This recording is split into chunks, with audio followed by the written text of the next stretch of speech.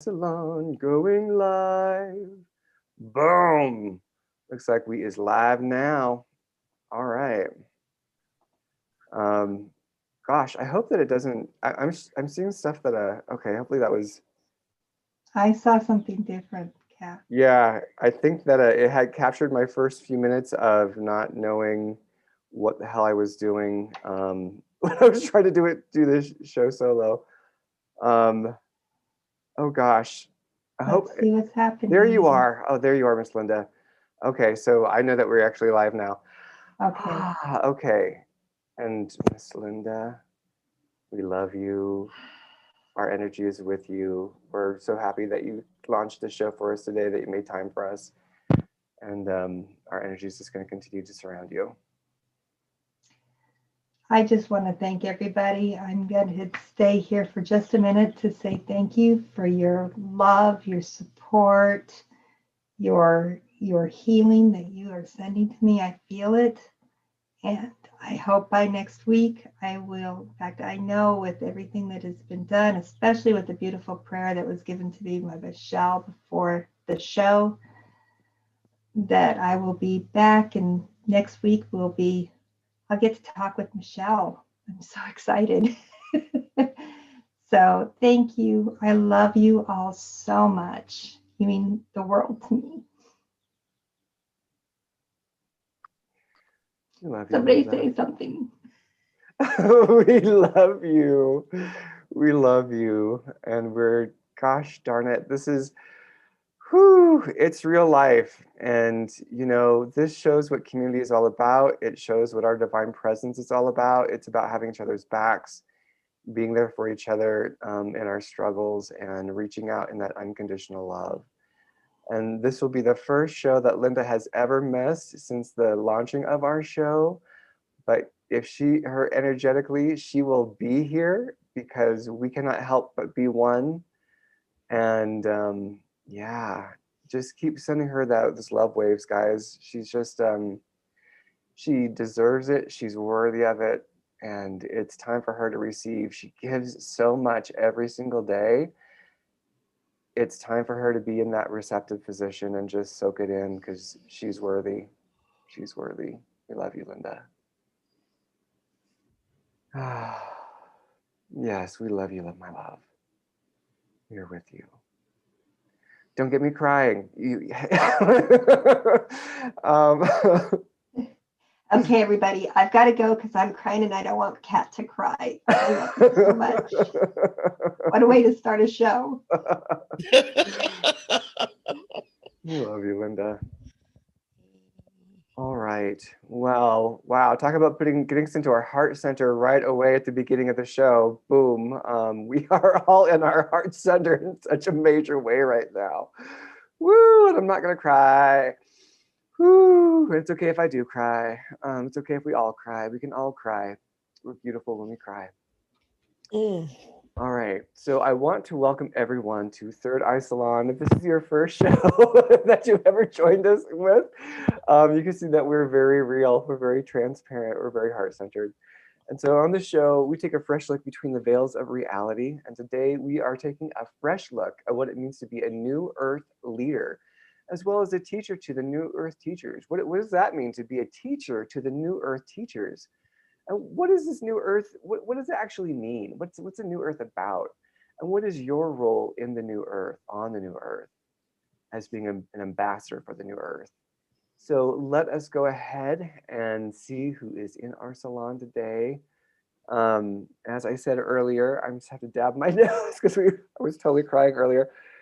Um, yeah, Linda is recovering from her ordeal and she's healing up. So I will be doing my best to. I'll see if I can pop into the live stream chat while we're doing this. It's hard to do both, but I'll see if I can. And just so we all know, our rules in the live stream are that we are kind and loving to each other, and that if you're in the live stream and you disagree with what's being said, and everything is wrong, and you're just kind of trying to hold the attention on the narrative that you're looking to push, this isn't the right place for you. Like we are co-creating community, and we're co-creating our relationships and our divine place in the world. And if this isn't your jam, go ahead and pop off, go to another show, because we're just not going to host dissent. We can lovingly disagree, be like, that's nice, that's your reality, it's not my reality, but it can end there. We can just respect each other's differences. So and there's a little side tangent there, but it's important to share those boundaries. So Jillian is with us today, ET Spirit and OB Experiencer. Jillian, how are you doing today? It's lovely to see you. Thank you. I'm doing great. We just had a beautiful prayer by Michele, and I am swimming in a vortex of love and sending lots of love to our Linda, and just so happy to be here and to be chatting with all of you today, and happy that Michele's here. It's always great when Michele comes in, and it's just a great day. Yeah, amen to that. And so, yeah, speaking of Michele Amburgey, angel, communicator, psychic medium, energy healer, awakener, and Araku. Michele, welcome to the show, and thank you for being with us. I see you finally sprouted your antlers. Good work. Yeah, spring has been good to me. I found my giraffes. I was so excited. I've been threatening Kat to wear my giraffes.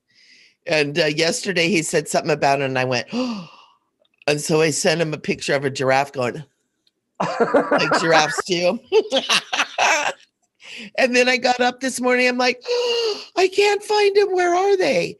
And we have this new kitten who is insane, by the way. And he steals things. Oh. I thought only dogs did that. No, cats do And that. so I found my giraffes in the closet where he was hanging out chewing on the upper part of the ear, apparently at some point. So hi, everybody. I'm Michele Amburgey. Thank you so much. I'm really, really honored to be here and to support you guys and to come and play and really to be here to give Linda a break. You know, I get the sense, I don't know her personally really, really well, but I know her spiritually really, really well. And I know that she's somebody that just keeps going, and she's such a loving, nurturing, giving person. And she needs a break. She needs a break. That's what I got really, really strong. And so she gets to have a break today, but that only today.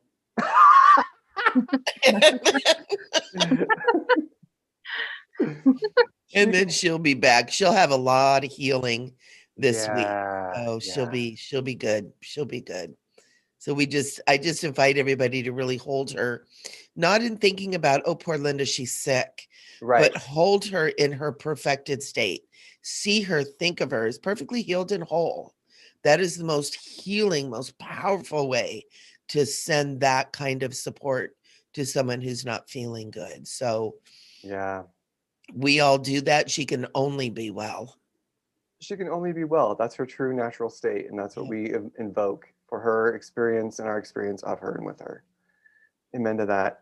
Well, I am Kat Udero, Catman, and I am an entrepreneur. I am a psychic wrangler, and I am an empath. And I'm super grateful for Michele swooping in and letting us co-create the show.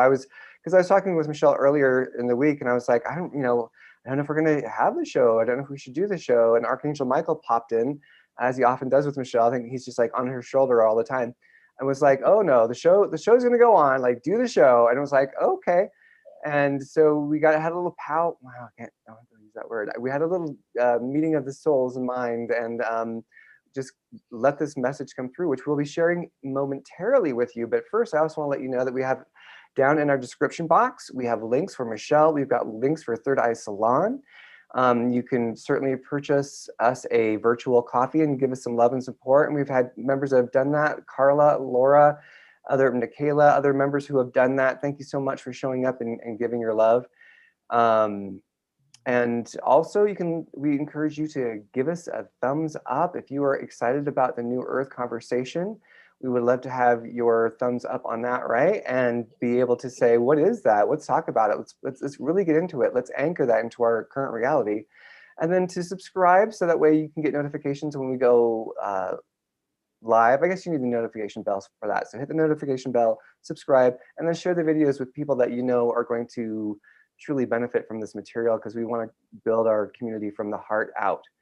So yeah, and Michele has been on our show 2 or 3 times now because we love her. We can't get enough of her. And she just has, God, she has such a great connection, and she has so much love that's just inside of her, just ebbing out. So I'm really grateful that she's with us and is going to rock the show with us today.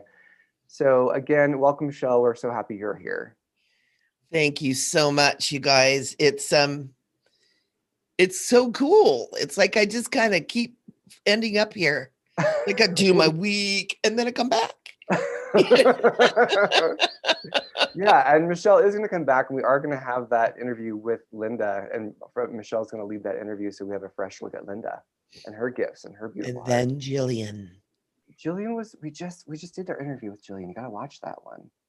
I missed it. Yeah, and so then we'll have you come back and interview Jillian, but we're still basking in the glow of that show because Jillian just let her heart and her story and her journey come through, and it was just, it was one of the, I mean, I love all my shows, but I really love that show. I love all my babies, but I love that show. So I'll go find it, honey, because I thought that there was one, and then somehow it just bypassed me. So I'm going to go catch with the it. Divine Flow Expo, maybe. I don't know. Maybe you've been doing your own events. I don't know. We'll talk more about the Divine Flow Expo at the end of the show because we want people to be able to go over and hop on that after this. But let's start. What I really wanted to do was kind of crack down into this question, into this information, into this reality of what is the new Earth, because people talk about it, but I don't know that we're all on the same page, and I think sometimes it seems nebulous because it's like this idea.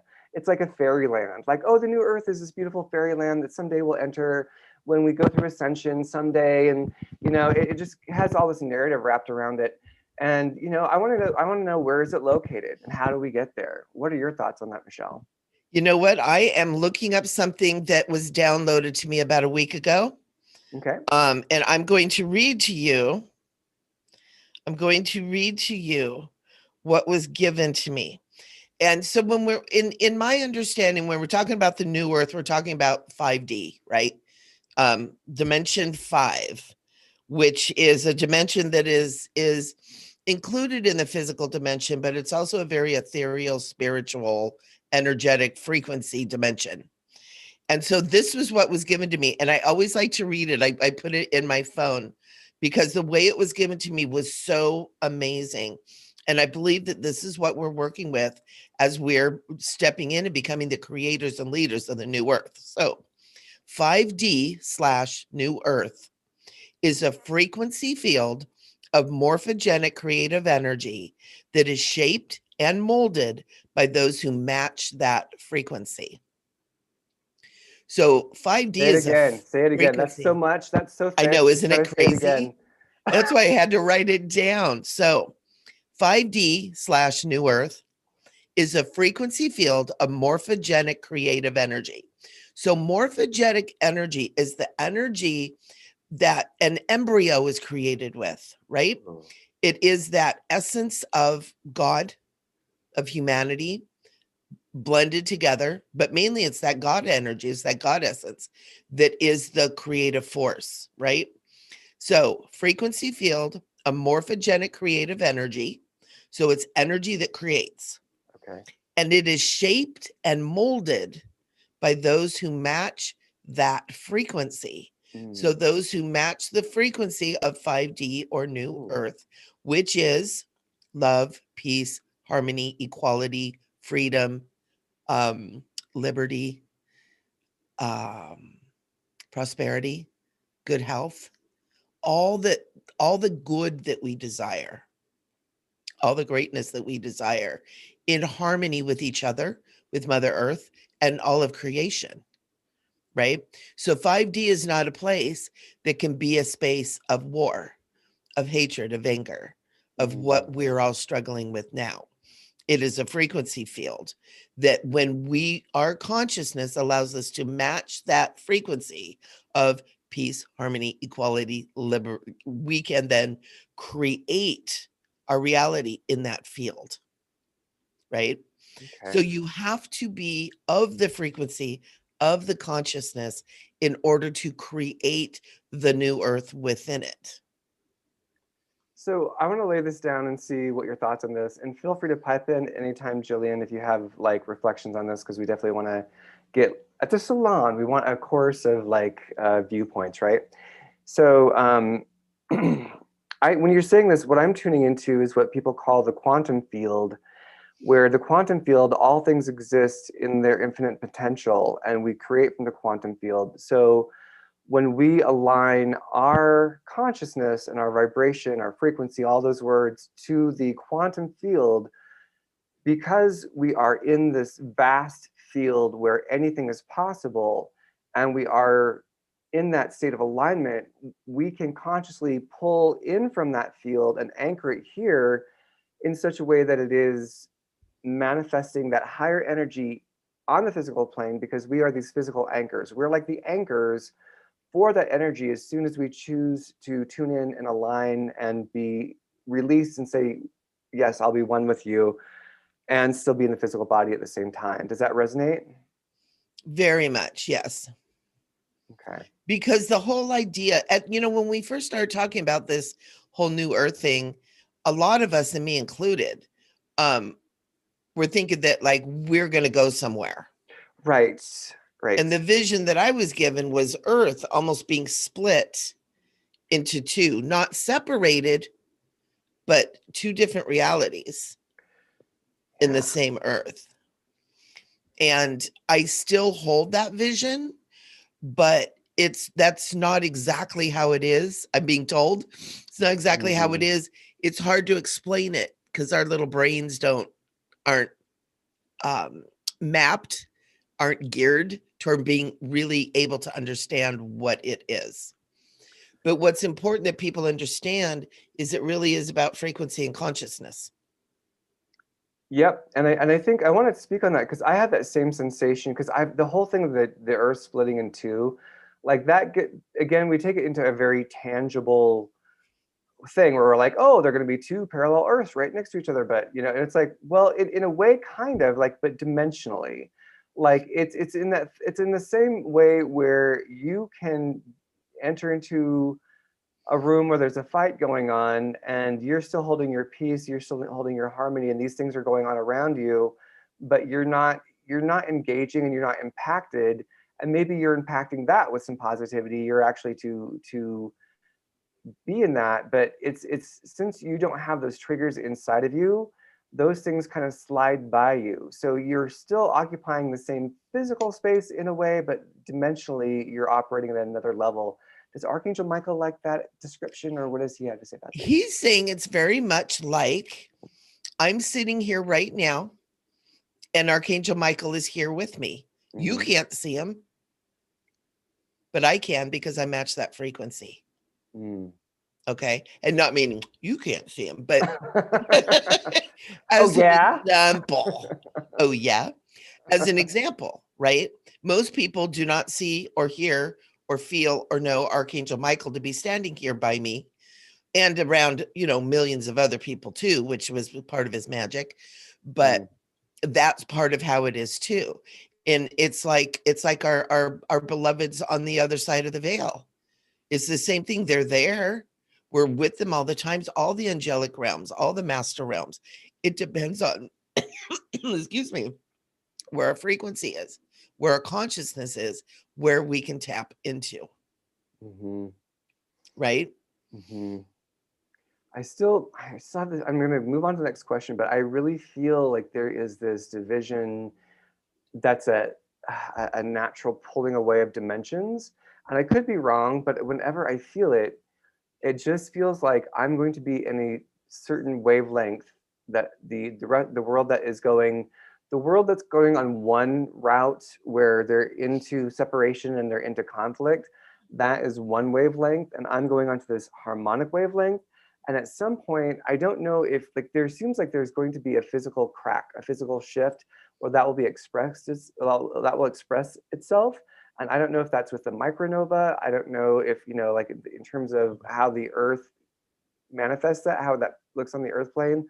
But I just have a sense that there's a time when there are people who need to learn the lessons of separation, complete those, and those who are learning the lessons of unity and oneness, they can't stay in the same field. That's what this world has been about for a long time, is because you could have all the densities, all the frequencies in the same place at the same time. And that was kind of like the magic of this world, is that the densities and the frequencies were all going to be there. Even if they didn't match, they could all be here because it's physical. But as we ascend and become more 5D and spiritual, then it's like there's a lifting up and a lifting out. And it's not a better than or holier than. The people who are completing their lessons with separation, they're doing it for a reason. They're still part of God. They're still part of the universe. They're still holy and divine. Yes. They have a different path. They went left instead of right. It's neutral. Does that resonate? Very much. And Archangel Michael is saying, and it's the 5D plane is embodied in the physical, but it becomes much more etheric is the word that he's using, much more energetic, much more frequency field, sound, light, color, feeling, right? Mm-hmm. So we're not going to be so attached to the physical as well, where we'll really be existing. We may have our physical bodies, but he's also saying right now that 5D can even be, depending on what we're all going to co-create together, can even be kind of a physical, etheric realm that kind of works together. And he's saying, again, kind of like how he communicates with humans. It's the etheric and the physical all together, working towards the same, he's saying working towards the same point. And so what it is as we all raise our consciousness, as we all raise our frequency, we hit that 5D field. We're then in a frequency that matches the 5D or the new earth, to where we can then use that energy to create. So we're not going to raise our consciousness, but then hit that field and be like, okay, cool, I'm going to create a world war. Right? It's like it has to have its balance. You can't be this all the time. It'll be a continuation. It's a continuous frequency. And once we hit that at 51%, which is known as critical mass, we actually begin to create in that field. So there's many of us that already are creating this new earth, but also Archangel Michael is saying a lot of it right now is we're creating it with our higher selves. Right? And so the higher selves are, and he's saying that's what's happening is we're raising our vibration and consciousness. We're moving closer and closer and closer to that higher self, which is really just the divine, right? Well, that is a great pivot into talking about the New Earth leader, what that is, because it feels like, so I'll pose the question, what is a New Earth leader then when we think about how we're co-creating with our higher self is the one creating 5D. How does that inform the definition of a New Earth leader? Well, what it is right now, that's all being formed too, right? There's many of us, and I'm one of them, and thank you, who are getting downloaded with what that is going to look like, what that's going to feel like, but we're all creating it. This isn't I'm going to create a program and I'm going to teach you kind of a thing. It's different. It's a different dynamic. It is a co-creation. Being the Araku, the teacher of the New Earth leaders, sounds like I'm going to be leading the charge. And that's not really what it is. It's a much more co-creative, cohesive thing where we begin to learn how to create in that energy of oneness, in the energy of the collective. I may be holding the space in the container. I am the Araku. I know how to hold that space and container. I know how to attract the ones who need to be there. But when we're actually in this, we're co-creating it together. We are using our skills as humans to see, to hear, to feel, to speak, to communicate in these ways. But we are finding a resonance amongst ourselves to then be able to create in that fifth dimensional field. And so it's a very different way. We are moving into different ways of being as we move into that field. And that's part of the thing that Archangel Michael is saying. And part of it is kind of remapping the brain, because these brains are thinking, I'm the RQ, I'm going to make some classes and I'm going to teach you. And that is not fifth dimensional. Ah, okay. Right. So it Okay. is. And I have to get straight, because I got downloaded with this huge thing, New Earth leadership, and I have it all written out where it on paper, it looks like I'm the RQ and I'm going to teach you, but that isn't what it is. It's creating that space. So it's really about going at it from a really different mindset is a word. And what's happening is other people that are stepping into this kind of RQ position, you know, which you guys are too. It's not like there's 3 RQs and we're you know, it's a consciousness that is given, but people are starting to step into it. And when we do, you know, this creating from our higher selves, part of it is all the new earth leaders, all the RQ who are coming in are already working on it in the higher realms. And then it begins to inform here as we raise our frequency. Does that make sense? Because I'm totally channeling this, and it's part of me feels like I'm going blah blah blah blah blah blah blah. Oh, it makes sense to me. I have some stuff to say on that as well, because in 2017, I had a big Kundalini experience. I had a Kundalini awakening, and I was in a state of bliss for 6 months afterwards. And the frequency that I was riding on during those 6 months, it was so much higher than my normal frequency now that I understand the creating aspect, where through the synchronicity flow, when I was within that frequency, I was able to easily energetically bring experiences into my reality, as well as co-create with, you know, spirit or ETs on the other side to bring those experiences in. Not only that, but like within that frequency, I was also able, you know, to perceive outlines of beings. I was able to see different colors, flashes of colors, this and that. And within the split, the consciousness split, I had a QHHT regression in 2018. And one of the main focuses of the regression was to tap into the new earth. So what was brought up with that was that basically I was taken off planet during that part of the regression onto like a little sphere outside of the earth, and I was able to witness it unfolding from that place. So what was explained to me was that it was a consciousness split. It wasn't that the earth was physically splitting into two. What was happening was that the split was happening within the consciousness. And I asked, you know, during the regression, I asked, like, the people that were going into the higher frequencies, were they going to be able to perceive the ones that were not, and vice versa? And what was explained to me was that it wasn't like we were leaving each other, but we were going to be operating on such severely different frequencies that we would almost just, we would be there, but we wouldn't be there. It's hard to explain. Yeah. It's like my mother, who has passed on, is right here with me. Yes. And when I want to tap into that, I can, because that's going to be one of the gifts of 5D, is when we're in 5D, when we're in the new earth, we can tap into 3D. We can go visit our friend down the lane and have a beer if we want to, right?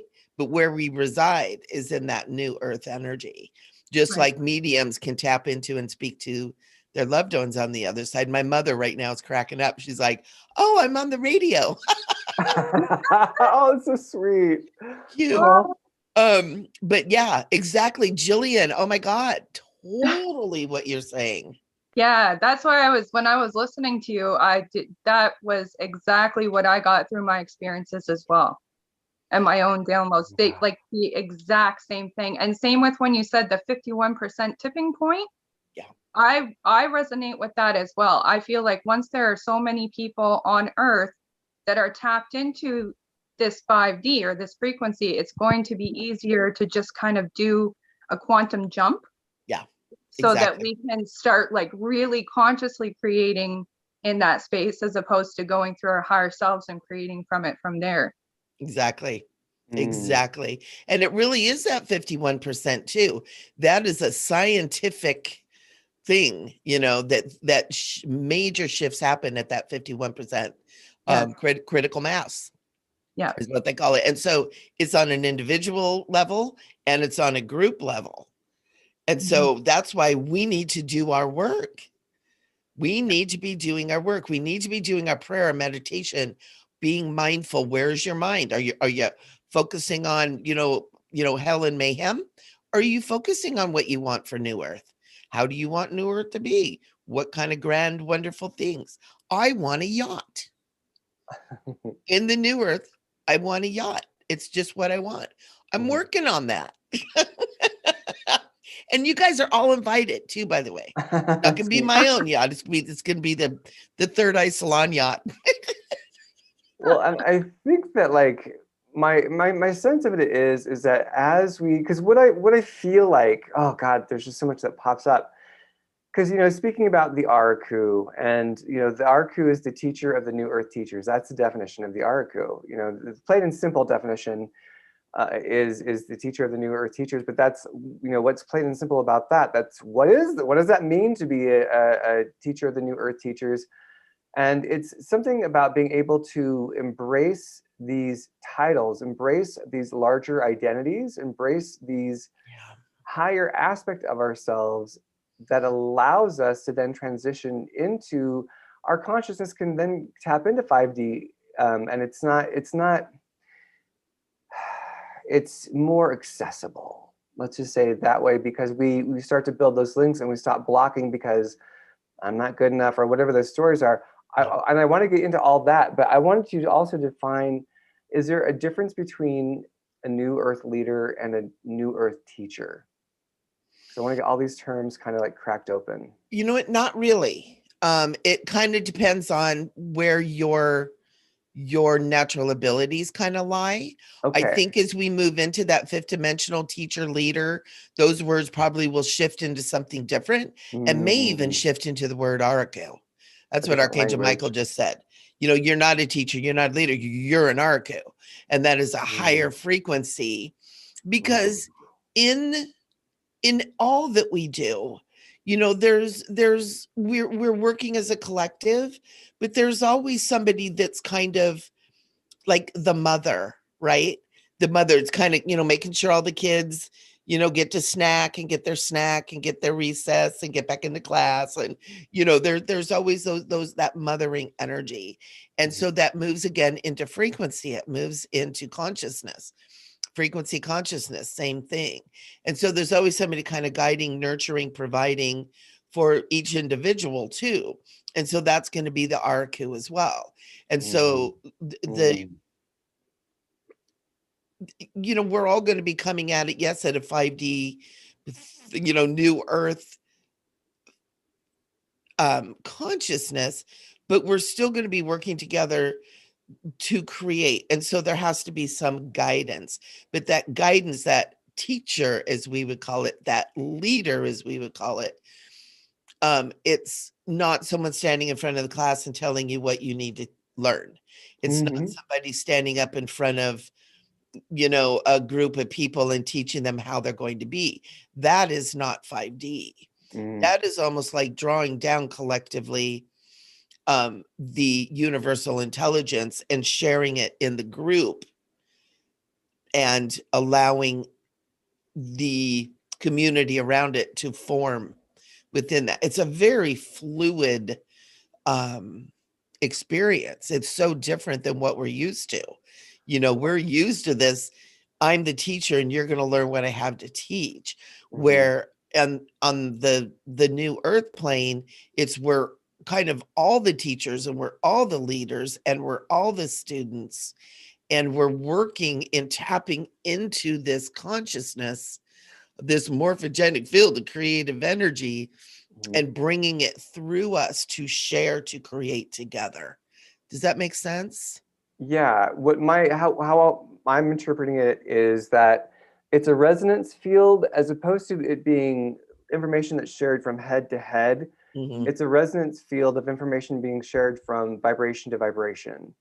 And this is why we have these heightened, I don't know if you call it heightened language. It's actually an ET word. It was something when Michelle and I were hanging out initially and just getting to really fall in love with each other and our friendship and our star connections. It was like, she was talking about Arku and how this, boy came up to her and said, "Well, you're an Arku." And it was like, "I'm a what now?" And it was, this thing of like, where's this coming from? But he was a star kid, he's a star kid, and he was able to see and translate and speak to a higher level. And then I was talking with Michelle and I'm like, "Oh, that's an ancient alien language. It's an ancient ET language." And it was like, oh, Yeah. that's what that is. And it was just like this emotional moment of like recognizing this word from where it came from. It's this like higher language that isn't English. And so as we're evolving out of this, or French or Swedish, like as we're evolving out of this association with our Earth culture and how it is, there's a cross hybridization of concepts, languages, and context and meanings. So that way, like the Araku doesn't match another word in English because it has a higher amalgamation of frequency and intention. Like when the ETs are like teaching people how to like write and see symbols, and people are channeling, ET languages, it's like all of those symbols have a much more vast context than the simple human language. Yeah. So when we're speaking in these languages and these terms, it's way more inclusive and way more expansive. Does that resonate? Yeah, very well put. And as you're saying that too, it reminds me too that, especially us right now, we're speaking in English. Right. That is a dead language. I mean, it's just so basic. It's not like Hebrew that has life. I mean, each and every one of those symbols, those letters, have a story and a history behind it. And the ancient languages, Sanskrit, some of the languages out of India, some of the languages that are spoken in the deepest parts of Africa, the languages that are spoken by the indigenous people, there's so much more consciousness and meaning behind it. We speak a language that is flat. There's very little meaning behind it. Maybe a couple hundred years of meaning, maybe 1,000 years of meaning, but not hundreds and hundreds of thousands, maybe even millions of years of meaning behind it. And that's what the ET languages come in to, where actually saying the word Araku is going to snap people. Oh, I don't know what it is. I don't know why it is, but it's something. And it begins to awaken. So actually using that word begins to awaken the New Earth leaders. And even that term New Earth leaders is just not as big and fabulous and wonderful as it really, really is, because it's spoken in a language that doesn't carry the history, the billions of years of history behind it, and what that word Araku actually means. I'm getting that, and let's talk about that. Then let's pivot on that when we talk about being the awakener, talk about being the Araku, and talking about being the Bodhisattva. Bodhisattva, yeah. Yeah, like your experience of encountering those larger aspects of your divine essence, consciousness, expression, incarnation. And so why is it important that we take on these mantles, these titles, these words when they are given to us? Why is that significant? My understanding is it's time. It's time. And those of us that will be brave and step into and say, yes, I'm the awakener. I am the Araku. I am the intergalactic messenger. What we're doing is we're amping up the frequency field because we're saying yes to it, right? But we're also standing up and we're saying, we're claiming that huge space in our experience, and we're giving permission to others to do it too.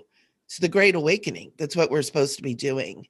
And so when we step into it and we use the words like Araku and we use the angelic languages and we do this stuff. We're doing things and bringing into this third dimension frequencies that are going to shift and change consciousness and reality, basically.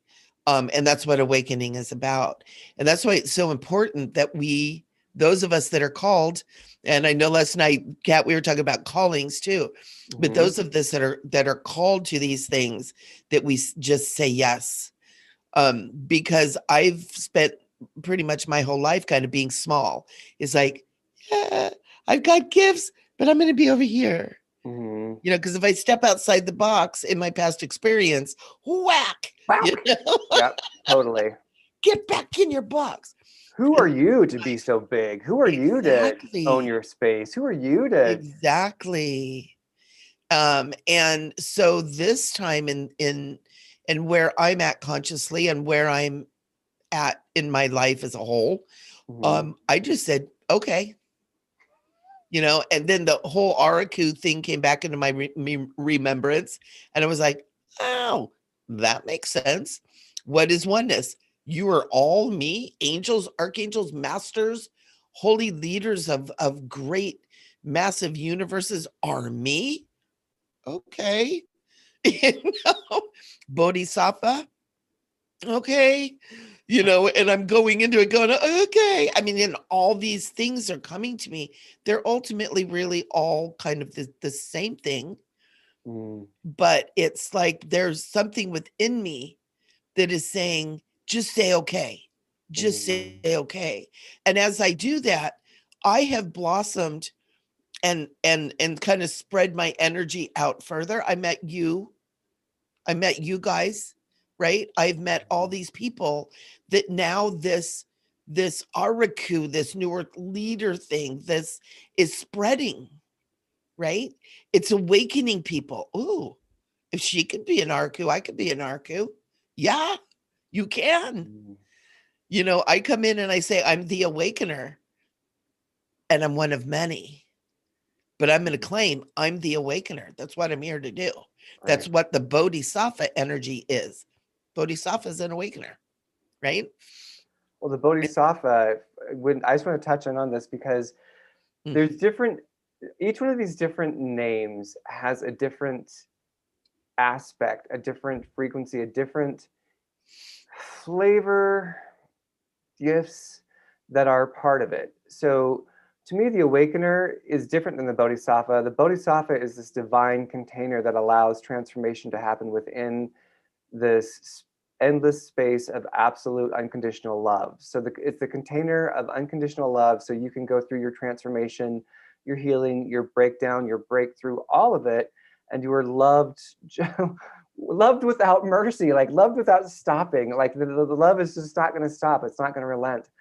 And that is the gift of the Bodhisattva, and when I tune into it. And the awakener is the one who looks and sees into somebody and is able to say awaken in so many different ways, so many different words or a frequency of vibration. And that person is like, oh my God, I am awakening, because you're holding the frequency of awakening. And I think that we need to honor the nuances and not mush them all together, because each one of them has different elements that need to be like tuned into.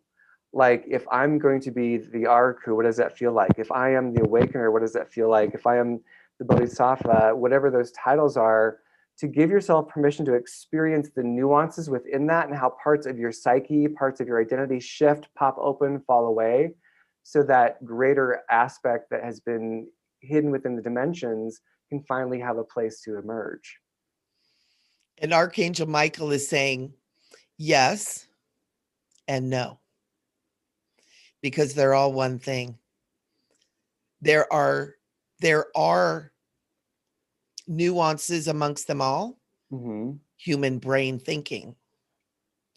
When you move beyond having to delineate and move out of the brain having to be in control, ego, and you move into that space of holding the energy and frequency that in our language is kind of the word Araku, that does. But when we're using the awakener, You know, some people that's going to trigger, oh, you think you're better than me? Depends on where you're at in your psyche, right? So what you're saying, true. But also it's more, we can mush them together because they are really all one thing. We don't delineate, and we can experience all the nuances as well without having to say this is this and this is this. In 5D, there's no separation, even amongst that. But we experience it all. So see how it's like, it's the mind part. It's getting beyond how the mind thinks, where it has to be in a box. It has to be here, and this is this, and this is this. I guess what I'm saying is that I think they're related and they're part of the greater whole. Yeah. But I want to taste strawberry. I want to taste chocolate. I want to taste, vanilla. And I can swirl all this together and do that, or I can taste them individually and savor them individually. Like there's no right or wrong way. And I might really want to get into strawberry and just get into strawberry and understand strawberry, and then I'll add some chocolate. You know what I mean? Like it's we get start with chocolate. Don't tell me what to do. Come on. Do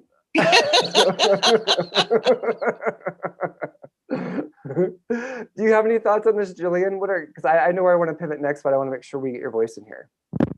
No, I'm with the entire dialogue. I think like what you said, you can either go into it and have your individual experiences. You can swirl it all together. It's all relevant. It's all okay. Nothing is worse or better than the other. And it's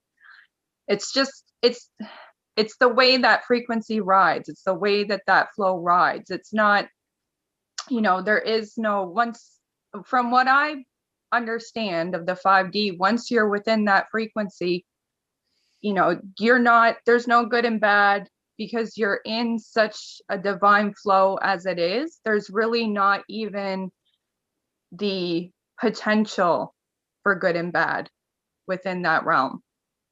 Yeah, right or wrong, good or bad. Yeah, because you see the purpose and the point and the while of it's there, so there's no judgment.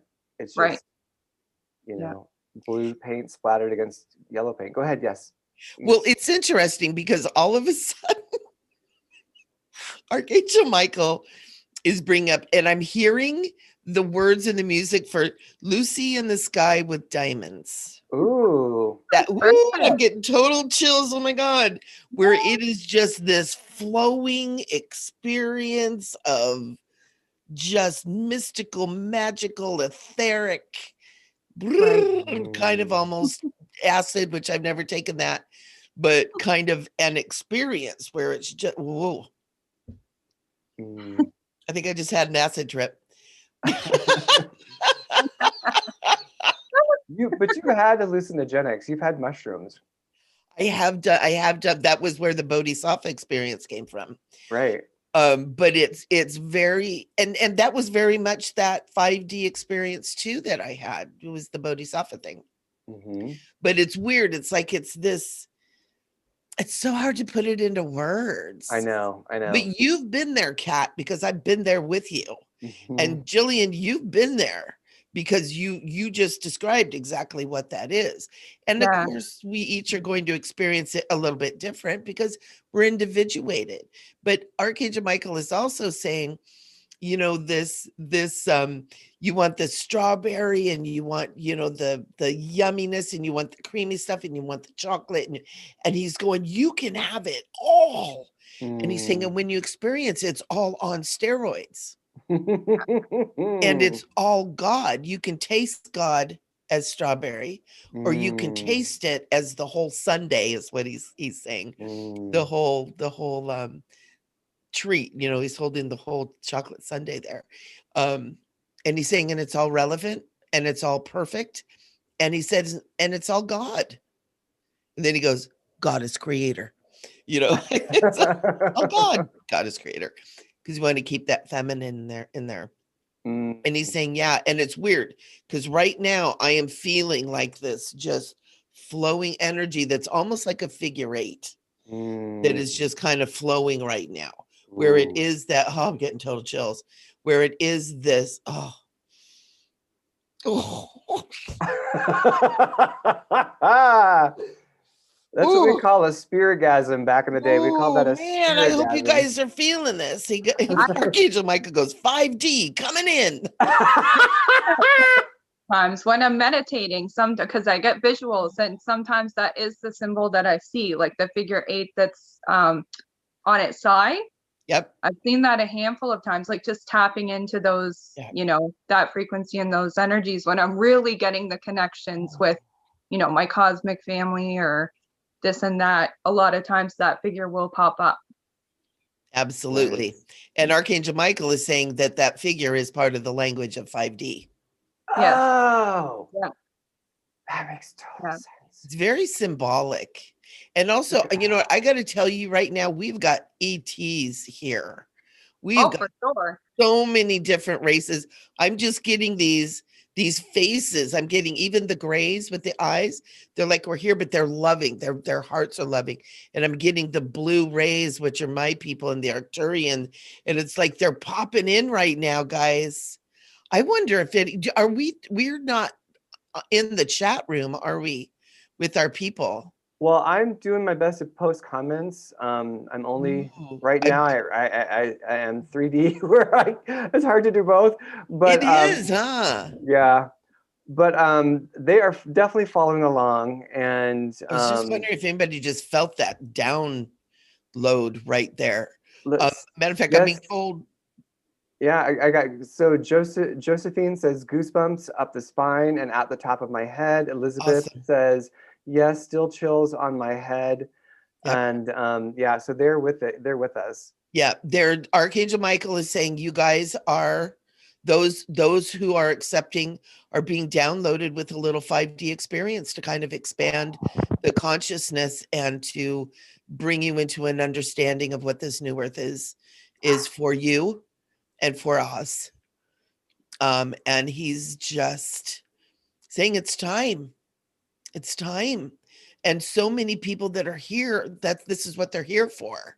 And we get into this density thing, and with all the distractions and this, that, and we can't find our way through. And he's saying this avenue, this third eye salon, is an avenue for awakening.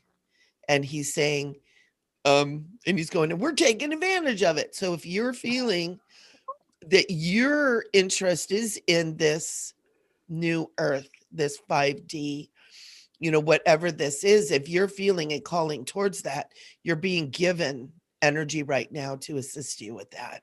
Oh my God. Oh, my voice is like gotten all weird. Feeling like I'm talking kind of sexy. Sexy giraffe. That's 5D right there. Sexy people. 5D giraffe. Sexy hashtag sexy 5D giraffe. Too long to be a hashtag. But what noise do giraffes make? I don't know. I don't know. They just chomp on leaves. So I want to anchor this in, and this is why we can't help but have Michele on the show, because these magical things happen, and it's like every time. Every time. There is energy moving through me right now. It's like my body is like going weird. So I want to circle into this whole thing of being able, when you encounter a title, or if a title feels right for you, and giving yourself permission to play with it, to put it on, so you can get out of your comfort zone and you can get into your power. And on that, I'm gonna out myself on my cosmic closet a little bit more than what I've done before, because I have been very shy about my ET identity and things like that, because it feels it's that thing of like, oh, I don't want to be too big.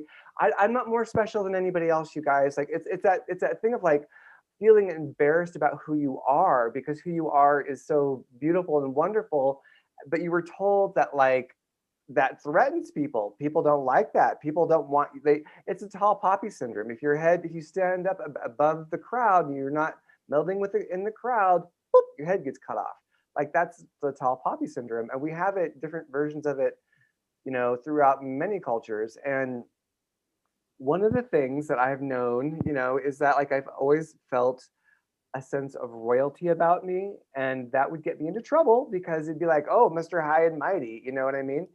And it's like, well, it's not, it's just part of who I am, and I'm not trying to be high and mighty. It's just part of my how I present myself because it's natural. And so, a few weeks ago, a month ago, however long it was, Michelle, we were, talking, and Michelle, this phrase of star boy, you're a star boy came through, and I was like, yep, that feels good. That feels right. And she's like, but it's something bigger. And I knew what it was. I already knew what it was. But like, again, I'm not going to own that because it just sounds so high and mighty. And I don't want to look high and mighty. And then Michelle was like, it's Star Prince. You're a Star Prince. And I was like, yeah. Like, yeah, I know. And it was that thing of not knowing how to like embody that. And I'm blushing right now. I can feel my face getting red because it feels so, I have judgments around it, right? But those judgments are about saying small. And if someone's triggered by me saying I'm a star prince, then they get to be triggered. I can't like, I'm not here to help the people who are going to be triggered. I'm here to help the people that are going to say, oh my God, I'm a star prince too. Oh my God, I'm a star princess. I'm a star duchess. I'm a, whatever that is for you. But being able to say, oh yeah, star prince, I am a star. I come from some royal ET family. Whatever that means, it feels true and right. And I also look at my past, my ET incarnations on the planet and things I've done on the planet with like embarrassment and remorse for some of the things I chose to do in those incarnations. But at the same time, it's part of my history, and those are those are things that my soul needed to experience, to learn from, to get to where I am now. What do you have to say about that, Michelle? I'll stop talking. 100% right on. Because it's not about playing small anymore. It's about really standing up and taking authority again. Yeah. That's what God beings do, right? God beings don't go, oh, I'm going to go hide in a rock. It's ta-da, I'm here. Let's get the job done. Ta-da, yeah. I'm here to love and help you. And there are, of course, those God beings that are nefarious in their agenda. Sure. And they get to be too, but that's why it's so important that we step into our roles and step into our callings. And you guys feel it. When it's you, it's you. Yeah. And it's interesting because Archangel Michael is telling me that this word Araku is vibrating with some of you out there, and lean into it. Don't be afraid of it, because we've been in this experiment called Earth and 3D for a very, very long time, and this shift of ages that we're going through is all about getting out of it. And how we're going to get out of it is step into our true self. That's what that calling is it's that soul saying, Star Prince, Star Prince, right? You've probably been hearing that term in your sleep and in your etheric travels for lifetimes. And finally, when it comes to you in a way where it's like, oh, yeah, like Araku did with me.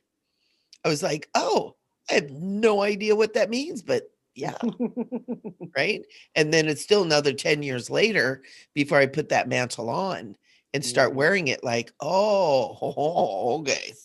Yeah. I get it. Right? Well, it was you saying, I'm going to say okay to it. I was like, oh, God bless it. I've got to do that too. I was like, I gotta wear that, because the fear is the judgment, right? And as that's one of the things we definitely want to talk about is like, well, what's it mean? Like, what's going to happen if you step into your greatness? What's going to happen if you step into your bigness? What's going to happen if you step into your cosmic identity that some of your muggles, is that the word? Some of your muggle friends aren't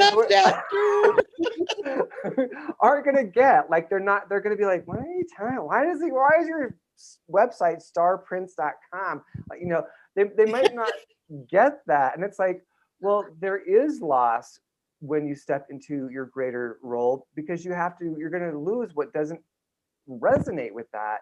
And you may need to grieve that. Maybe you'll celebrate it, but it's part of it. So yeah, Michele, what are the consequences of stepping into your ET identity, your cosmic identity, your higher self identity? What are some of the consequences? The things that don't match that frequency will fall away. You just nailed it on the head. And it's going to be people. It's going to be experiences. It's going to be situations. When I first started on my spiritual journey way back when we still rode dinosaurs to work, um, I was doing pranic healing. It was like the first thing I tiptoed into. And I did my first Wesak ceremony with them, which actually Wesak is this coming Monday. We're in very powerful energies right now. But I did my first Wesak ceremony within a couple of weeks of What's a Wesak ceremony? Wesak. Oh, it's a Buddhist. It's I the sock, you Wesak. sock. We all sock for Wesak. No, it's Wesak is the ceremony of the Buddha and the Christ. It's when the energy of the Buddha and the Christ are closest to the planet. And it's an ancient ceremony, Oh. Tibetan Buddhist ceremony. It's really, really powerful. And what I did is I went through the ceremony. Well, within a couple of weeks after it, my job went away. I broke up with my boyfriend. My car, something happened with my car. I got kicked out of my apartment. My What? kids went haywire. It was like everything just wipe it off the board. And I was freaking out. But it's because I tapped into that energy. And I was, before I stepped into that Wesak ceremony and stuff, I was the party girl down at the beach, drinking every day, drinking my wine, little smoky, little anything I could smoky. And it was like I was party girl. I was like the house between Newport Pier and Balboa Pier, and everybody knew us. And so it was party town. And all of a sudden I hit that frequency of that 5D frequency, and my whole soul went, yes. And everything that didn't match that fell away. And it was basically my whole life. Because I was not meant to be there, because it was killing me. It was headed down a bad direction. It was fun as hell, but it was heading down a bad route. And that's why I was guided by this beautiful young man and to this ceremony, because it was time for me to start waking up, because I have this huge role to play, which is the awakener. And I don't have to go to you and go, you're awakened. I'm not awakening you. I'm standing in that role for you to say, oh, well, if she could be an awakener, I can be an awakener. Well, and again, If we can do this together, we're all awakeners. We're all Araku at some level, because we're all one. yeah, and I go back to the container aspect of the Bodhisattva, where that's how the Bodhisattva works with the awakener role, because as you're holding the frequency, you allows other people to awaken. You're not saying, you need to awaken, you're doing it wrong. Like, you're not doing that. Like, you're holding the energy so that they may awaken. The Bodhisattva is complementing the role of the awakener. They're working in unison, and that's where the oneness comes in. Exactly. And the oneness was the other awakening experience I had, when all the guides and angels and everybody and Jesus and Buddha and everybody turned around and they had my face.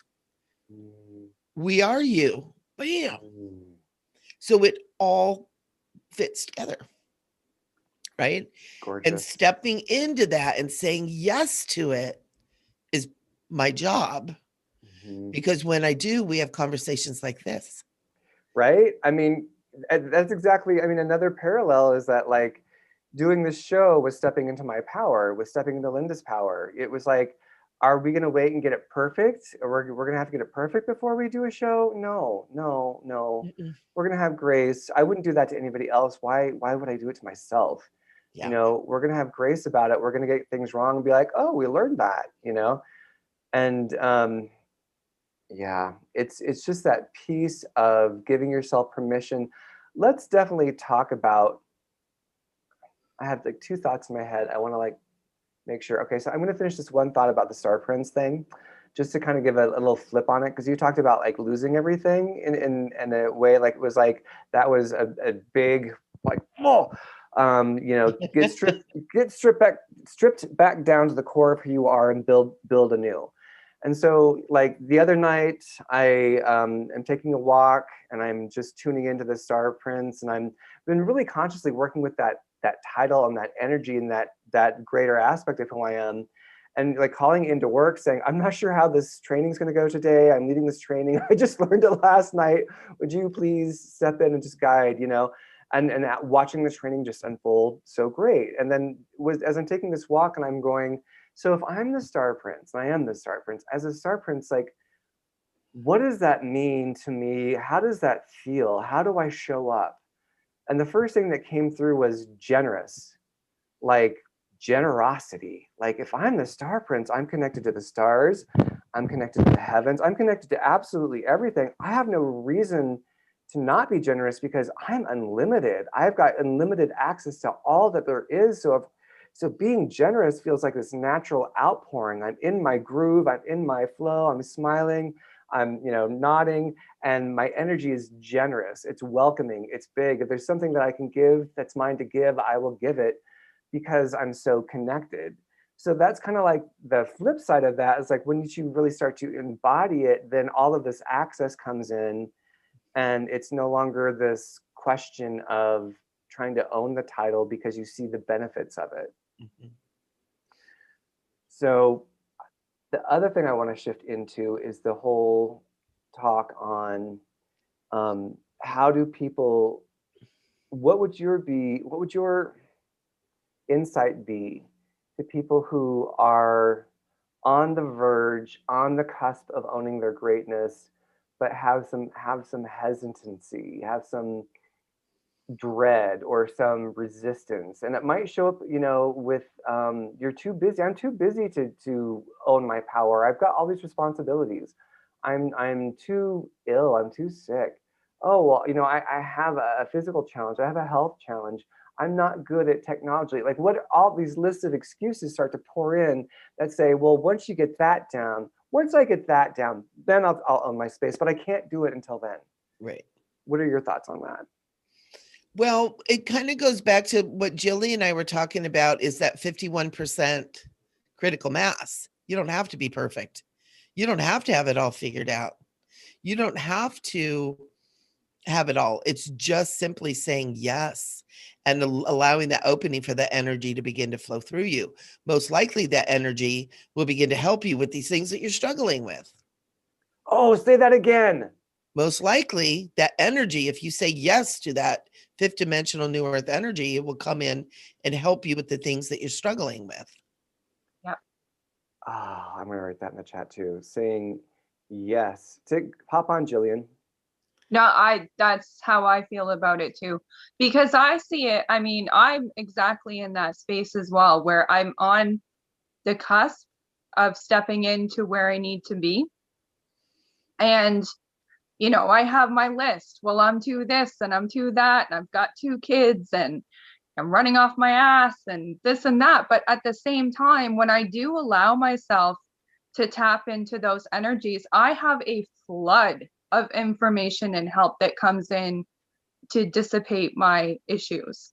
Yeah. And it happens. There's never been a time that I have asked for help or tapped into that kind of frequency and not had help in the craziest ways, like the strangest ways, completely through synchronicity usually, that doesn't come in and just give me on a silver platter what I need to see and what I need to know in order to straighten up my own field to progress within my mission. Yeah. There's so many benefits to saying yes, and it doesn't separate us from our third dimensional experiences. No. It elevates us. It elevates us. But we're so geared to, like we were talking, you know, staying small. And there's so many experiences with our culture, especially here in America. It's like we're in the land of the free and the home of the brave, and anybody could have anything and do anything and blah, blah, blah, but stay small. It's very much that dichotomy that's going, it's the duality of our experience. When we move into that fifth dimensional, when we move into that new earth, we move into that, yes, I am the awakener. Yes, I am the Bodhisattva. Yes, I am the portal of transformation. Holy crap. I'm still living and breathing my life, but in an elevated form where the struggles and stuff begin to work themselves out. We get the answers, like Jillian, what you're saying is so cool. You get the answers, you get the guidance, turn left, don't go right here, go left, and poof, the whole thing changes. It's amazing. You're in the divine flow. Yeah.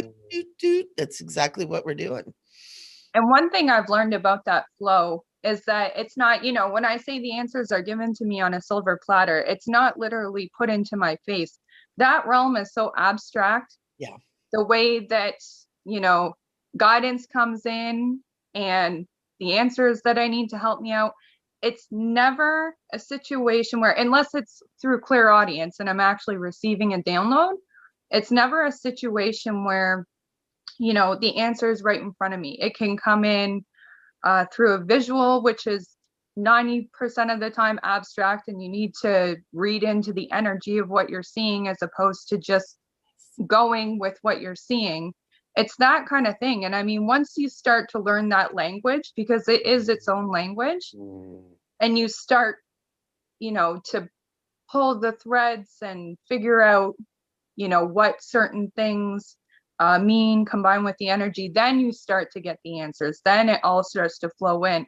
And the more that you do that and start to understand that that really is the way that it comes in, the more understanding and belief that you have of this guidance, the more it will flow in.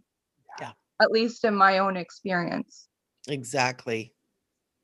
I agree 100%. And you get that confidence that what's coming through is beneficial too. But when you pop up into that frequency and you get that, and actually Archangel Michael is saying more and more people are popping into the frequency too. Yes. You get there and you feel that and you're like, oh, I know what that feels like now. So when we're down here doing 3D life, we've got those threads popped in there. When that comes through, you know what that feels like. It's like, okay, oh, this is something to pay attention to. Yeah. It's something to listen to with all the senses, even beyond the 5 we know, the 5 clairs. There are more senses being developed right now as we awaken into this new space of the new earth. And so we're hearing and feeling and experiencing it in new ways too.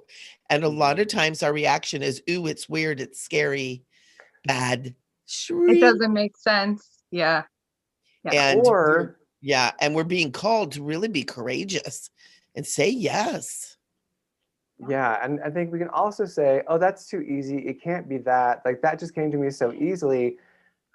That just sounds like me. And so we dismiss it. Like, we find these different ways of dismissing it versus just developing a relationship and being like I channel for myself every morning. I sit down after I meditate, or I journal, and then I do a little meditation, set the intention of connecting with my guides. And I just I do my best to listen and download. And sometimes it's really profound. Sometimes it's kind of like, yep, I know that.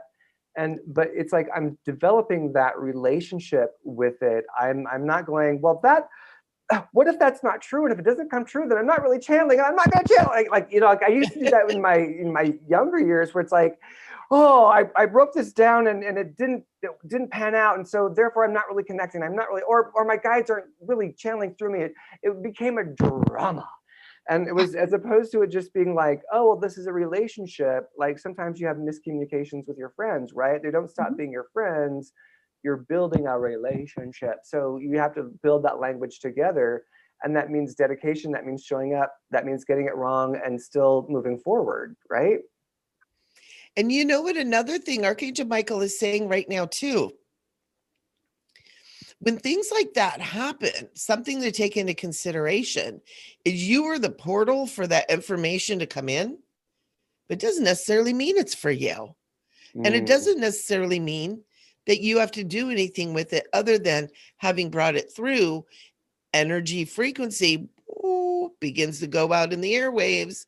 And maybe it came through you just to get whatever that frequency field is out into the greater. Yeah, as soon as it came through you and you wrote it down, it was anchored in the physical. And that may have been your one job, was to anchor it in the physical so it had a place to germinate and expand. Yeah.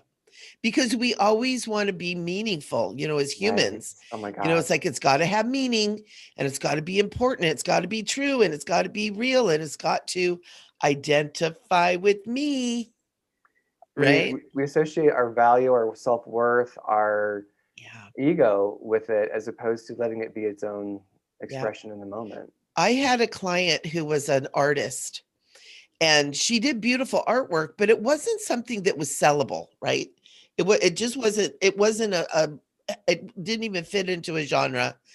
It wasn't really sellable. It was cute. And I actually have a piece of her work, which is I really love it. And it's almost it's very, very simple, but it's beautiful. But what she's doing is she's channeling while she's painting these, and the energy coming off of these paintings is like, whoa. Wow. And so the people that do buy, I'm getting chills.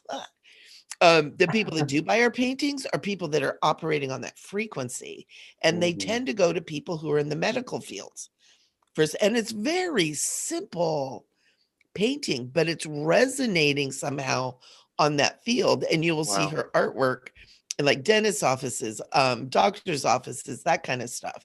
What's very interesting is this woman, after years and years of painting, ended up having cancer. And she was like totally holistic, but she went into the medical realm to deal with her cancer and did wonderful, in remission, has healed, and she's off in painting again.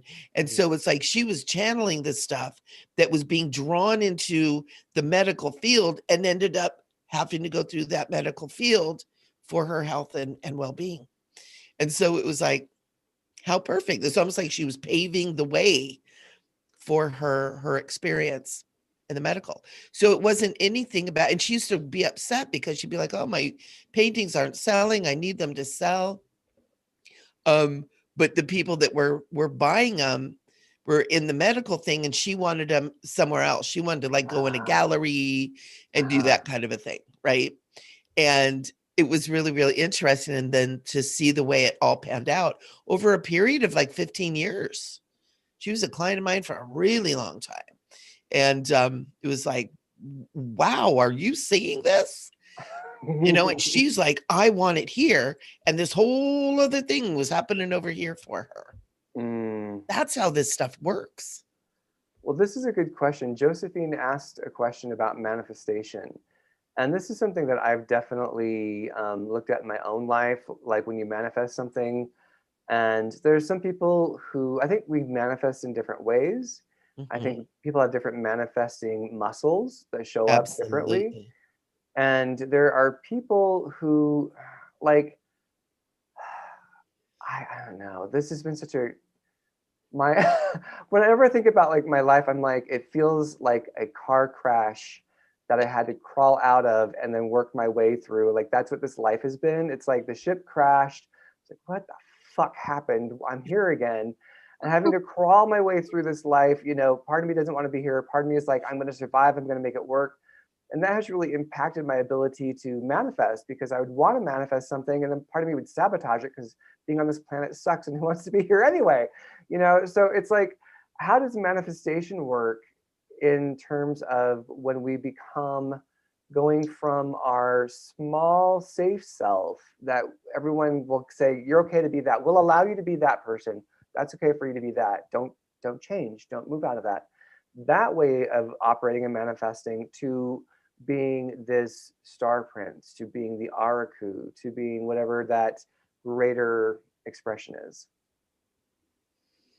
Well, one of the first things that comes to my mind is I've stepped into this, but it doesn't mean I'm not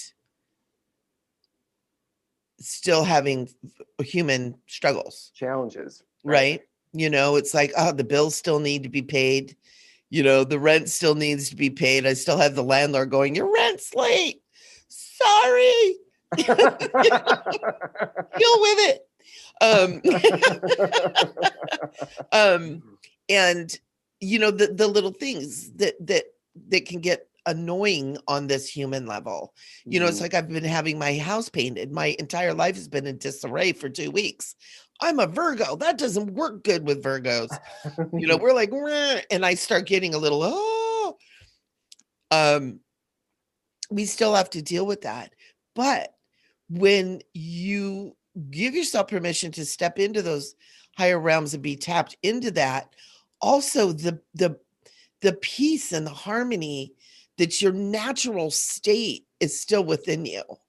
And so you're having the disarray and it does kind of get to you, but then it's like that natural peace, harmony, love, unconditional love kicks in, right? And so it's like the tornado's going around you, but you're in the eye of the storm. And sometimes stuff comes out of the tornado and kicks you in the head. You know, it's like, darn it. Ooh. But that innate being, because this fifth dimensional frequency, the consciousnesses that are a part of that are in alignment with our divine beingness, which is that peace and that love and that harmony. And that's our center. And we get more centered in that. The storms can blow around. And you alluded to this earlier too, Kat. The storms can blow around and we see it and we're a little bit affected by it, but we're not dragged into it. We're not sucked up into it again. And so manifesting anything, whether it's a job, you know, an apple, a new car, a lover, or just peace and harmony in your life, when you're tapped into these higher realms, you have more of this frequency that's going to help you to manifest what truly matches your soul and what is needed from that soul level, from that heart level. And so it's a little bit different. And it's just basically, it's the creative morphogenic field that you're using to create with, instead of kind of ego. Right. That we kind of, that's big 3D. Right. You know, I want that house because it's going to make me look like I'm better than my neighbors. Let's get on it. We can manifest like that. But when we're doing New Earth, it's more for the good of all. Yes. And we still have that beautiful house, Right. but we don't have the consciousness around it because it'll make me look good to my neighbors. Yes. Right. We bring it in and have that because that is really, truly something that would make my heart happy. And then I would have this beautiful home to share with all my friends and everybody come over and let's play. Exactly. Right? Different way of going about it. And I think about, I have two people in mind, you know, I have Dr. Joe Dispenza, who is all about going into the quantum field, and people are experiencing, they have cancer, they have bone disease, they've got, you know, whatever, like some debilitating thing where they can't really even eat food. Whatever they eat makes them sick. Their body's attacking themselves, a myriad of things. And when they are able to release and surrender and go into the quantum field, it's like their natural blueprint, their divine self that got rather mucked up and bent in and soiled by all these beliefs and, you know, thoughts and 3D density. It's like it's washed new, and they have this new template that's their authentic template that they begin to then operate out of.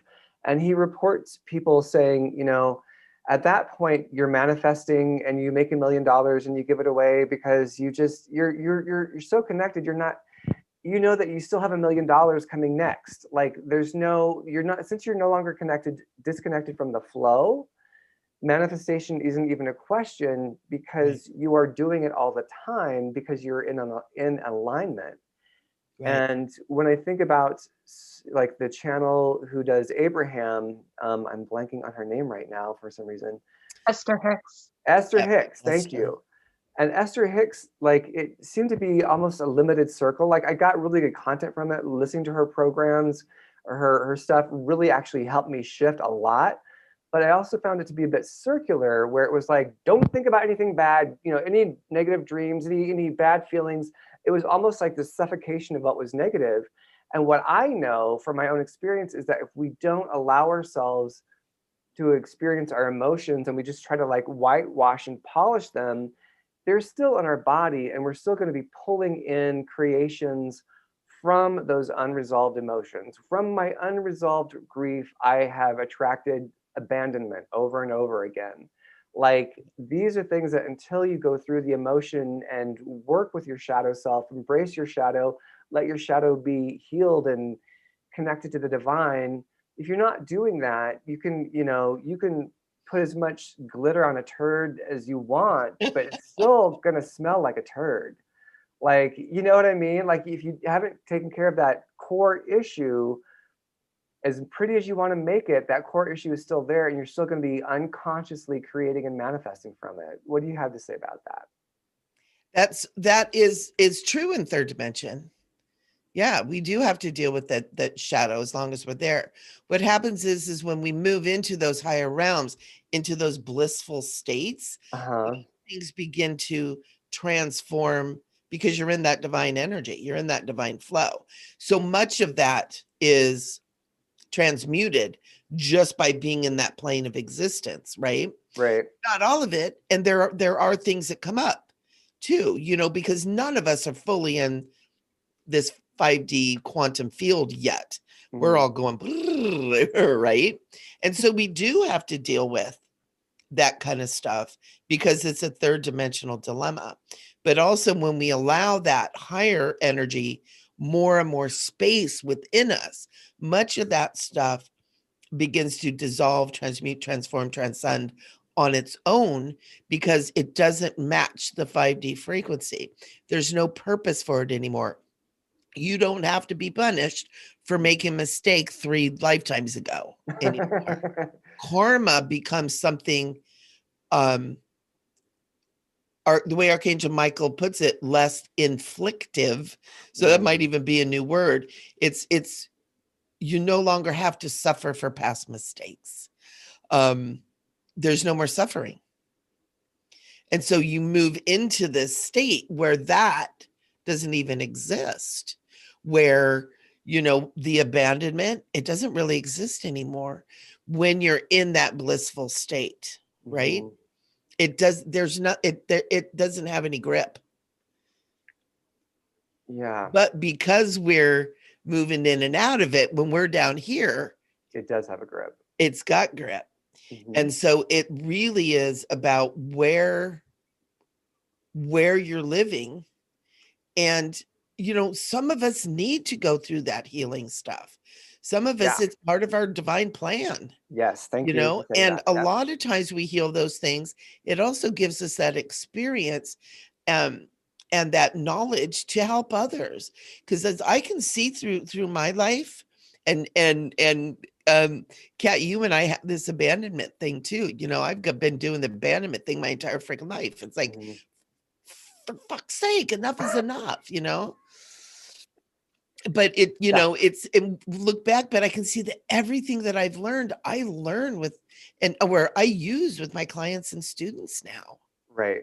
I use it all. And some of the worst stuff, like abuse and alcoholism and personality disorder, mentally ill people, and it's like, and I use it all now. And so I can see it, and even understanding all that and using these experiences for the benefit of myself and others now helps that stuff to lose the grip too. But I still had to face it. I still had to look at it. I still had to learn about it. Yes, exactly. And I think that's been my experience in terms of learning how to tap into the quantum field and being able to be with that. And Sister Cannabis has really helped me with that because it helps bypass my irrational mind, which has, like lots of good chatter that it likes to like run on a tape, And so when I'm able to step into that and feel that connection, that's what I was doing before when I was abusing cannabis. It was like, well, I just want to feel that connection all the time. And I wasn't doing the work. And so it's like, I'm going to bypass the shadow. I'm going to bypass the pain and I'll go into the state of connection. Gosh, doesn't that feel good? But then when I come down, it's still all there for me. And now, with working with you and working with Kevin Lockwood, once again, like I now have, and Sister Cannabis, because I'm working with her consciously, as opposed to trying to snuff out my pain. Like now it's like, okay, so I can feel that feeling. I feel those emotions, but because I've been doing this work, they don't have they're not as painful. They don't have the grip. The story doesn't run as long. And I start, and it's like, oh, and here's a step of like coming up out of it. Oh, here's another step. Oh, and don't you like being on the planet? Don't you love the people that you're with? Oh, I do. And don't you love helping people? Oh, I do love helping people transform. So it's not just like, oh, I'm stuck on the planet. Now I have these points of celebration. And don't you love being connected to your higher self and to your guides? Oh, I love that. I love being able to anchor them on the planet. And it gives me this space to where I can then look back at my shadow and say, oh, my shadow, all of those wounds have now become my medicine bag. And I can pull in from that medicine bag and teach out of it and deliver healing in whatever way, a hug, a thought, a kind word. And it's now an asset as opposed to I'm stuck in the shadow, I'm stuck in the wound. Oh, now it's something that I can pull from and draw from. It's my book of magic. It's my book of wisdom that I can use again and again. Yeah, absolutely. And it just kind of melds into your beingness as a part of who you are. And it's beautiful. So yeah, and here's the thing, and this is something that I really want people to understand, because we're talking about some pretty intense stuff today. We're talking about some pretty high tech frequency stuff today. There's no right, there's no wrong. Everybody comes to these things in their time, and I'm a late bloomer. I'm 59 years old, and I'm coming to this stuff as a grandma. There's no right, there's no wrong, there's no perfect timing other than your own inner knowing, your own inner calling, your own inner beingness that says, oh, it's time. And I know for me, when that happens, it's like there is no denying it and there's no running away. Right. And that's why this oneness thing and this bodhisattva thing and this araku thing just bam, bam, bam, bam, bam. All, araku happened a long time ago and I just put it away. But when the oneness thing happened and the bodhisattva thing happened, araku rose up again. I was also given, intergalactic angel messenger. And it was like, I couldn't say no. I can't run anymore. I can't hide anymore. It's like, whoa. It's like, okay. Yes. Mm-hmm. And you will know your time, and you will know when it's right for you. And don't ever try to do it the way someone else is doing it, because that's not how this works either. And that's why it's so cool to share with a bunch of us talking, because the stories oftentimes are very similar, but everyone is unique. Everyone is individual, because that's what we're doing, is we're bringing our individual experience into the group to create something that would be beneficial for us all. That's kind of basically the whole New Earth thing. It's not a big complicated thing. It's really very simple. We know that what is happening on this planet and to humanity right now is not sustainable. And humanity is not going to be around much longer if something doesn't change. And so many of us are called into this space and came here to be here at this time to help with this. So if you're getting this calling, you're probably one of them.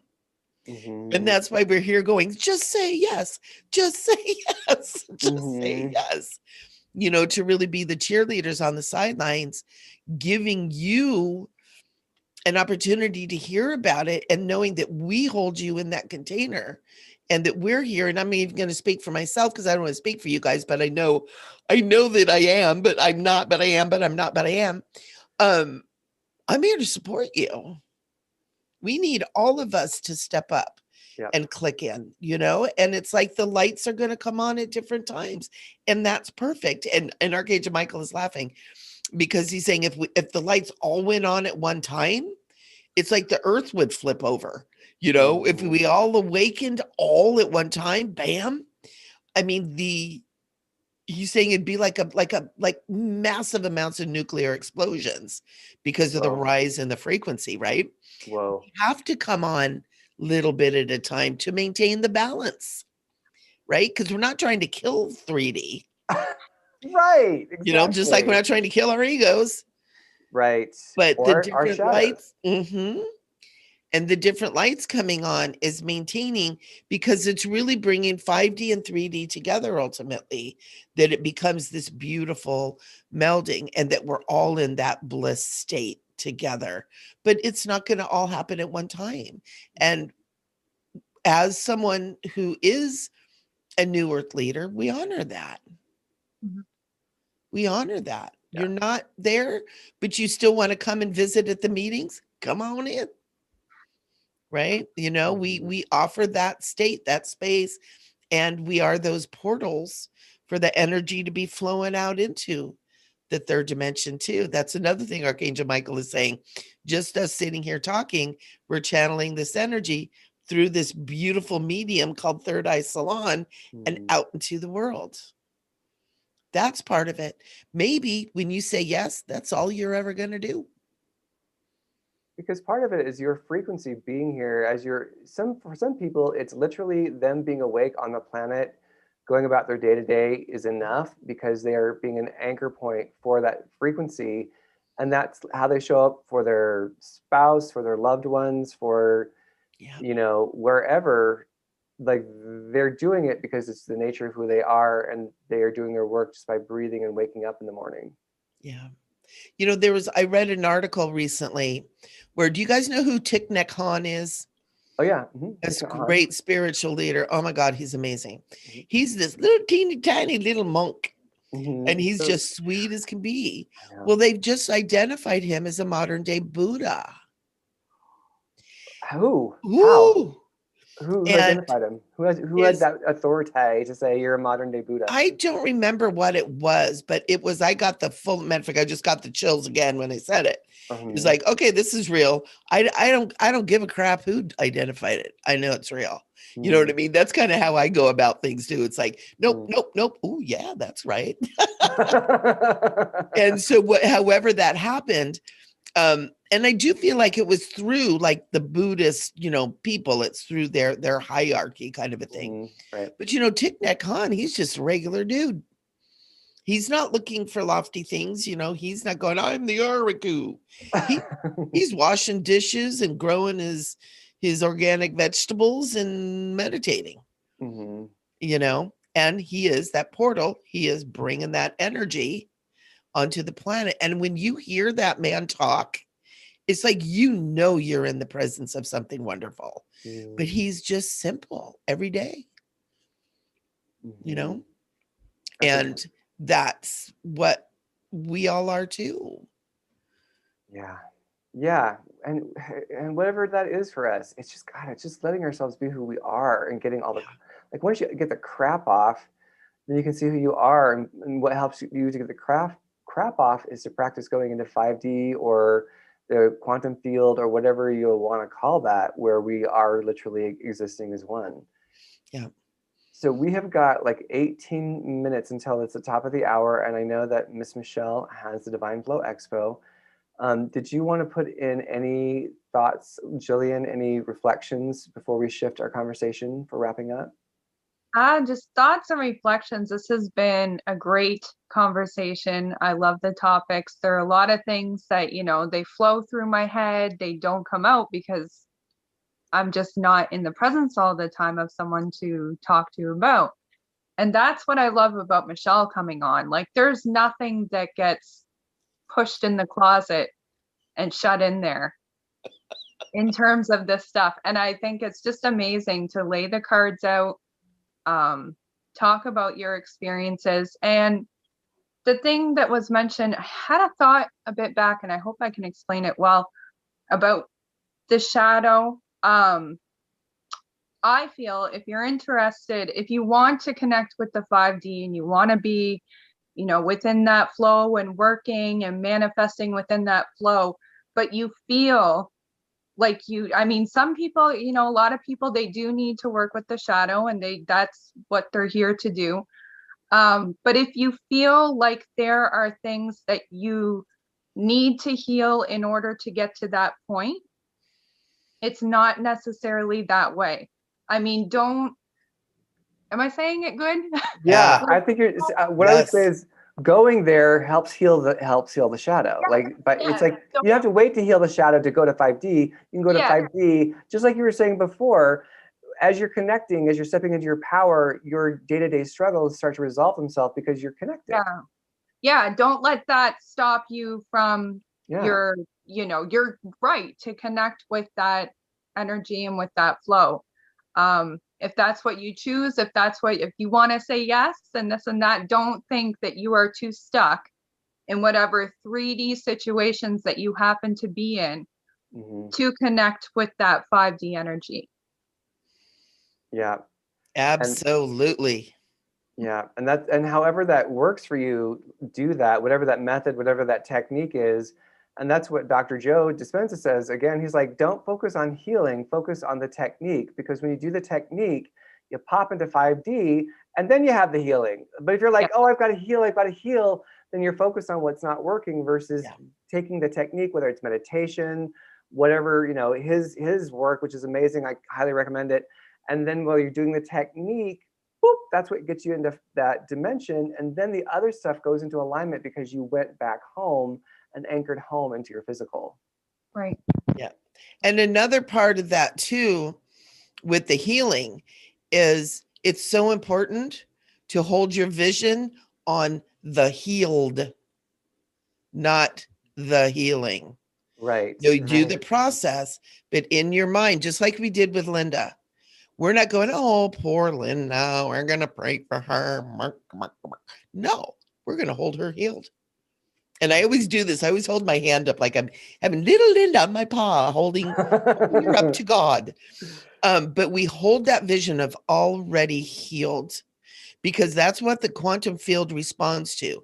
That's what that morphogenic field of creation responds to, is what we're holding, right?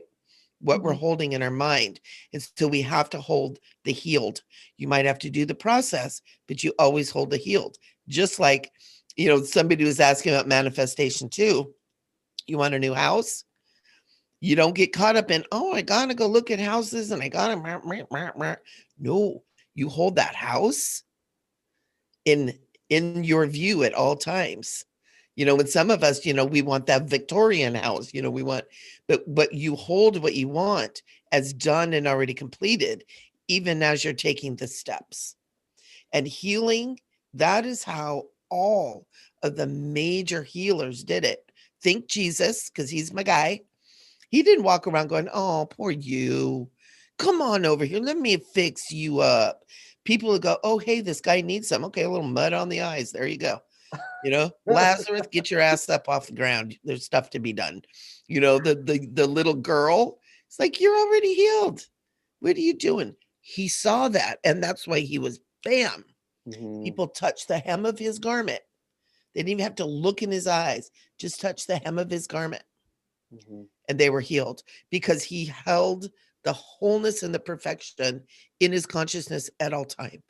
5D, 5, 6, 7, 8, 9, 10, 11, 12D. Right? He had that consciousness. And when we learn to do that, when we train our minds to hold the perfection, everything that doesn't match that begins to go away. That's mastery. That's mastery. And it's this little dude, the mind that we get caught up in. And so do what you need to do to get you to where you want to go. That's the experiential part of being 3D. But keep in mind what's being shared today, the power of holding the fullness, the completeness, the healed, already whole in your mind while you're doing it. It'll get you there. It'll get you there because that's your true north. It's your north star. It's your intention. Yeah. And so even if you have to, leap over this or go through that, you'll still get there because you're being true to that intention. Yeah. It may not show up the way you want it to. It may not show up how you think it's going to. Just like the painter who was trying to sell paint to people painting her paintings to the people who it wasn't the right audience. So you go through the course that is designed for your transformation. Exactly. All right. Exactly. So on that, unless you have, what are any final words from Archangel Michael as we wrap up?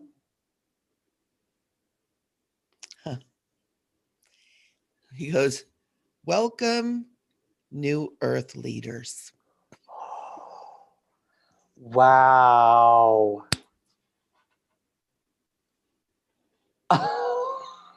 That's so powerful. Wow. Wow. That was like an initiation. It felt like an initiation. Yeah.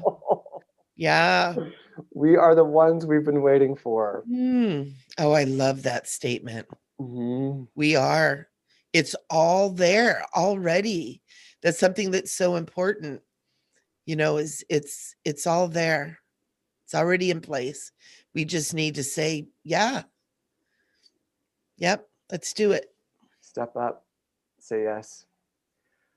Awesome. Oh my goodness. Thank you, Michele, for Oh, thank being the you. Araku, the channel, the angel communicator, the divine being that you are. I love you. I'm so happy you're my friend and that you're on the show with us today. Thank you. Absolutely. Miss Jillian, as always, you are just a beam of light and love and insight and generosity. So thank you for bringing your gorgeous self to the show today. We need to get you some Absolutely. giraffes, though. Yeah, You need to come into my giraffe cult. I do need to. I do. Or a unicorn horn, something. Unicorn, yeah. We're Yeah. gonna start. This is gonna be the new 5D thing. Is we're all gonna wear headbands. We're going I to have thought about headbands with a. Go ahead, Jillian. Sorry. Oh no, I thought about looking around my daughter's room because I know that she's got a unicorn headband and I just keep forgetting to do it. As soon as we're done here, I'm gonna find it. That's what I did. I robbed my granddaughter. Oh yeah. That's what we do in 5D. We rob children. Oh my gosh. Oh my gosh. All right. Well, I also want to make sure that I thank all of the people that were on the live stream today. So maybe like Carla and Sharon, who woke up at 4 o'clock in the freaking morning because she's in New Zealand. Thank you, Sharon. Thank you, Mel, Elizabeth, Laura. And if I repeat a name or miss a name, please forgive me. Kathy. We just love you all. We appreciate you all. And we are just so grateful for you. Ooh. Yeah, I mean, welcome new Earth leaders, and thank you for being on our show and being in our live stream. We appreciate you. And you know what? I can I add something, a little Yeah. something here really quick? You guys all have been downloaded with some energy. I want to recommend that you kind of be gentle with yourself this weekend. Okay. And maybe make sure you're drinking some extra water. If Okay. you're feeling like, woo, I'm getting total chills. If you need a little extra rest, if you need a little something, do some good self-care this weekend because you guys have been Upgraded. Archangel Michael is just like, bam, you know, and that's him. When I do that, that's him. He's like, bam, you showed up and here you go. And of course, you know, everybody has the free will to accept or not. Right, But right. take a little extra care of yourself because you guys really have been blessed with some extra yumminess. Excellent.